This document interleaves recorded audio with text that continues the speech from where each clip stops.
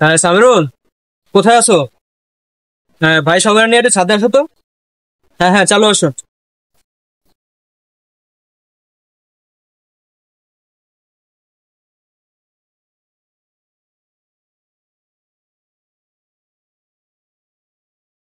ভাই রাখছি দেন, আমি সবার নিয়ে আসি। হ্যাঁ ডাকছিলাম একটা বিষয়ে।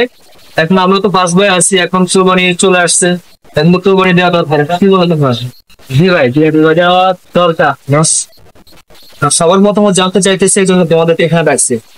এই কুরবানি দিয়েছে তো কুরবানি দিতে হবে। সবাই মিলে সান্ত্বনাদের মতো বড় ভাই। এখন যেহেতু আমরা সবাই স্বাবলম্বী, তাহলে আমরা পাঁচ ভাই থেকে কি করবো? ঠিক আছে, ঠিক আছে। দেখেন কেমনে কি আমি তাহলে ঠিক আছে তারপর কাছে কি পয়েন্টে আবার তোমার কোনো সমস্যা আছে? আমি ঠিক আছে। বলো, তোমার কোনো সমস্যা আছে? আমিও ঠিক আছে। এই যে তোমার সমস্যা আছে, দেখি বাসে যা জানাই কথাবার্তা বলি কি বলে। তাহলে তোমরা সবাই বাসা আলাপ করে দেখো, এসে আমার জানাও কালকে।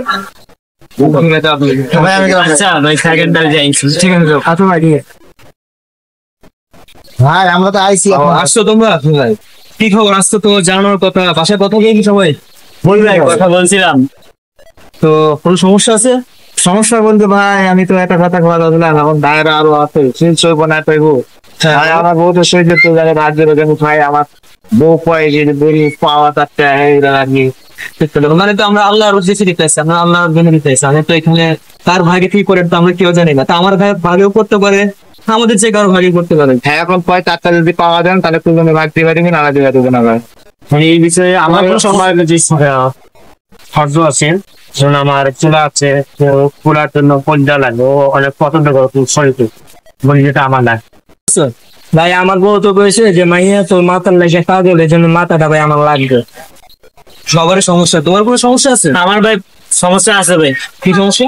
ভাই আমার গরু ভুড়িটা লাগতো ভাই, আমার বউ বলছে ভাই আমার শাশুড়ি নাই গরু ভুড়ি খায় ভাই, এই জন্য গরু ভুড়িটা ভাই চাইছিল।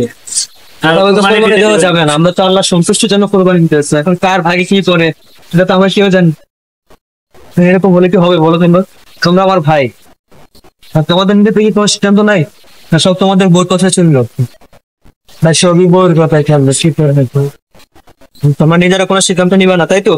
না ভাই, না ভাই, যাও ভাই। যাও, চলো শান্ত যাও। চলো এখান থেকে। আপনি এখন খারাপ মনে করলে কি করার নাই ভাই।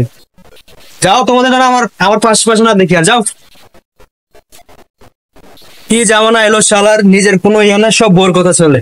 কোরবানি দিব আল্লাহর জন্য, সব শালারা বোর কথা, কারো ঠ্যাং লাগবে, কারো মগজ লাগবে, কারোটা লাগবে শালারা। ভাইরা আমি কিছু বলতে পারতেছি না, কি জামানা এলো শালার। আসসালামু আলাইকুম, আশা করি সকলে ভালো আছেন। তো আজকে আমরা একটা ভিডিও বানিয়েছি যে আসলে কোরবানিটা ছিল আমাদের মূল লক্ষ্য না, তবে এটা ছিল একটা উদাহরণস্বরূপ যে আমরা পাঁচ ভাই ছোটবেলা থেকে বড় হয়েছে একসাথে, কিন্তু যখন আমরা কোরবানি দিব তখন আমরা একটা সিদ্ধান্ত নিতে হলে আমাদের বোর্ড থেকে নিতে হয়। তো আসলে এই জিনিসটা খুবই খারাপ জিনিস যে বউয়ের কথা যারা নাচে বা সবসময় যারা শুধু বউয়ের কথাকেই প্রাধান্য দেয়, তারা আসলে এই যে বউয়ের কথার কারণে আমাদের ভাইদের মধ্যে যে একটা সম্পর্ক বিচ্ছিন্ন হয় বা আমাদের আশেপাশের পাড়া প্রতিবেশীদের সাথে আমাদের একটা সম্পর্ক বিচ্ছিন্ন হয়, এটা আসলে খুবই খারাপ।